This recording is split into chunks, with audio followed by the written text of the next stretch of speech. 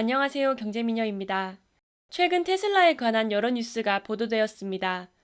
이 때문에 테슬라의 주가도 널뛰기를 거듭하고 있습니다. 그래서 오늘은 테슬라에 관한 이슈들을 정리해보고 이 이슈들이 테슬라의 향후 주가에 어떤 영향을 미치게 될지 한번 알아보겠습니다. 최근 애플이 2024년까지 완성 자율주행 전기차를 생산할 계획임을 발표했습니다. 애플이 자율주행 자동차 시장에 대한 야심을 드러낸 것은 이번이 처음이 아닙니다. 애플의 첫 자율주행차 사업은 2014년 애플이 출범한 자율주행차 사업 프로젝트 타이탄으로 시작되었습니다. 천여 명의 인력을 확보한 애플이 자율주행차를 연구한다는 소식에 당시 시장은 깜짝 놀랐었습니다. 테슬라가 모델 3를 공개하기 전이었고 전기차 시장은 아직 성급한 것이 아니냐는 시각이 팽배했습니다. 하지만 다른 한편으로는 막대한 현금과 최고의 기술 인력을 갖춘 IT 공룡 애플이었기에 시장의 관심과 기대는 크기도 했습니다. 그러다 갑자기 2016년 애플이 자체 전기차 개발을 백지화하고 대신 자율주행 소프트웨어 개발에 주력하기로 했다는 이야기가 나왔습니다. 2019년 초엔 프로젝트 타이탄의 연구 인력을 200명 가까이 해고하며 애플의 전기차 사업이 멈춰선 것이 아니냐는 말까지 나왔습니다. 그러나 지난해 하반기 애플이 자율주행 스타트업 드라이브 AI를 인수하며 재차 시동을 거는 것처럼 보였는데요. 그러다 결국 이번에 처음으로 자율주행 전기차 출시 시기가 명시된 것입니다. 해당 뉴스가 보도되자 테슬라의 주가는 6% 넘게 곤두박질 치기도 하였습니다. 애플은 테슬라와는 전혀 다른 방식의 전기차를 만들 것이라고 합니다. 테슬라의 자율주행은 레이더 방식입니다. 반면 대부분의 다른 자동차 업체들은 라이다 방식을 사용하고 있습니다. 애플도 마찬가지로 라이다 방식을 사용할 예정이라고 합니다. 배터리도 전혀 다릅니다. 테슬라는 리튬이온 원통형 전지팩을 사용하고 있는 반면 애플은 리튬 인산철의 모노셀 방식을 사용할 예정이라고 합니다. 원통형은 우리가 일반적으로 사용하는 전지와 같은 모형인데 이것이 팩에 담길 때는 전지와 전지 사이에 공간이 생기게 됩니다. 발열과 같은 문제를 해결하는 데는 이 공간이 도움이 되겠지만 배터리 효율에는 악영향을 끼치게 됩니다. 반면 모노셀 방식은 전체 팩을 모두 활성 물질로 채우기 때문에 더 높은 밀도로 사용 가능합니다. 또한 리튬 인산철은 리튬 이온보다 화재 위험이 더 낮기도 합니다. 이렇게 자율주행의 기술과 배터리 성능의 우위를 앞세워 테슬라의 자율주행 전기차를 압도하겠다는 계획인데요. 과연 가능할까요? 결론부터 말씀드리자면 애플이 조금 늦은 것 같습니다. 우선 배터리를 살펴보겠습니다. 얼마 전 퀀텀스케이프 소개 영상을 올려드렸었는데요. 해당 영상에서 말씀드린 바와 같이 기존 배터리보다 성능, 안정성 등 모든 부문에서 우위를 자랑하는 전고체 배터리라는 새로운 기술의 도입이 가시화된 상황입니다. 그래서 기존의 배터리 프레임 안에서 성능을 개선하겠다는 애플의 주장은 그리 와닿지 않아 보입니다.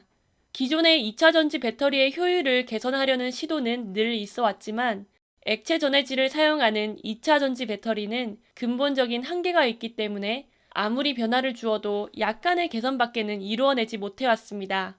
퀀텀스케이프의 전고체 배터리가 주목을 받고 있는 이유도 이와 같은 이유 때문입니다. 이처럼 다음 세대의 2차 전지가 출시를 준비하고 있는 상황에서 애플이 주장하는 배터리는 그리 효용이 높아 보이지는 않습니다.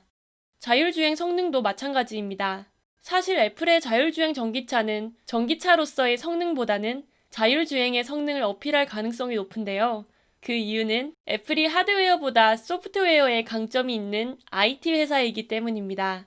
아이폰 시리즈만 보더라도 삼성의 갤럭시보다 하드웨어적인 우월함을 어필하기보다는 소프트웨어적인 강점을 통해 확실한 마니아층을 형성하고 있습니다. 이러한 애플의 특성은 전기차에서도 그대로 발현될 것이라 생각합니다. 즉, 애플의 자율주행 전기 자동차는 더 오래 달리는 것과 같은 하드웨어적인 강점을 가진 자동차가 아니라 자율주행 기능에 특화된 제품이 될 것이라 생각합니다. 하지만 이 자율주행에서도 애플은 고난이 예상됩니다.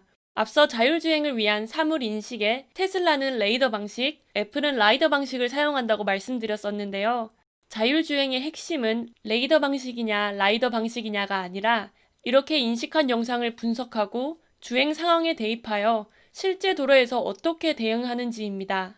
테슬라의 오토파일럿은 자동차들이 실제 도로에서 주행하며 보내오는 데이터들을 수집하고 이를 분석해서 만들어집니다. 이러한 관점에서 본다면 결국 자율주행은 가능한 많은 주행 데이터를 확보해야 하고 이 영상을 적절히 분석한 데이터가 자율주행 기능의 핵심입니다. 즉, 데이터의 질도 중요하지만 양이 중요한 영역입니다. 영상 수집과 분석에 CPU가 아니라 단순 연산에 특화된 GPU가 사용되고 있는 것도 이러한 이유 때문입니다. 지금 현재에도 전기차 시장 전 세계 1위인 테슬라 자동차들은 실제 도로를 누비며 자율주행 기능 향상에 필요한 주행 영상들을 속속 보내오고 있습니다. 앞으로 수많은 테슬라의 자동차가 팔려나감에 따라 테슬라의 자율주행 성능은 산술급수가 아닌 기하급수로 성장하게 될 것입니다. 물론 테슬라와는 다른 방식으로 자율주행 기능을 개발할 수도 있습니다. 하지만 연구소에서 아무리 뛰어난 방법으로 개발해낸다고 하여도 수많은 변수들을 담은 실제 주행 데이터를 바탕으로 완성해낸 자율주행보다 돌발 상황에 대한 대처 능력이 뛰어나다고 볼 수 있을까요? 제 생각에는 그렇지 않습니다. 이러한 관점에서 본다면 자사 제품이 시장에 처음 공개되는 2024년부터 시장에 진입해 처음부터 데이터를 쌓아 나가야 한다면 애플이라도 그 격차를 좁히기는 쉽지 않을 거라 생각됩니다. 테슬라에는 또 다른 무기가 있습니다. 테슬라의 자율주행은 차량에서 들어오는 데이터만으로 운행되지 않습니다. 궁극적으로 스페이스 X를 통해 발사된 인공위성에서 보내지는 데이터로 실시간 교통 상황을 반영하는 완벽한 형태의 자율주행을 꿈꾸고 있습니다. 이미 스페이스 X의 인공위성이 성공적으로 발사되고 있는 상황에서 애플이 이 격차를 메우는 그림은 잘 그려지지가 않습니다. 시장에 먼저 진출해 선점 효과를 구축해둔 것이 테슬라는 애플이라는 큰 경쟁자를 상대하는 데 있어 큰 무기가 될 것입니다.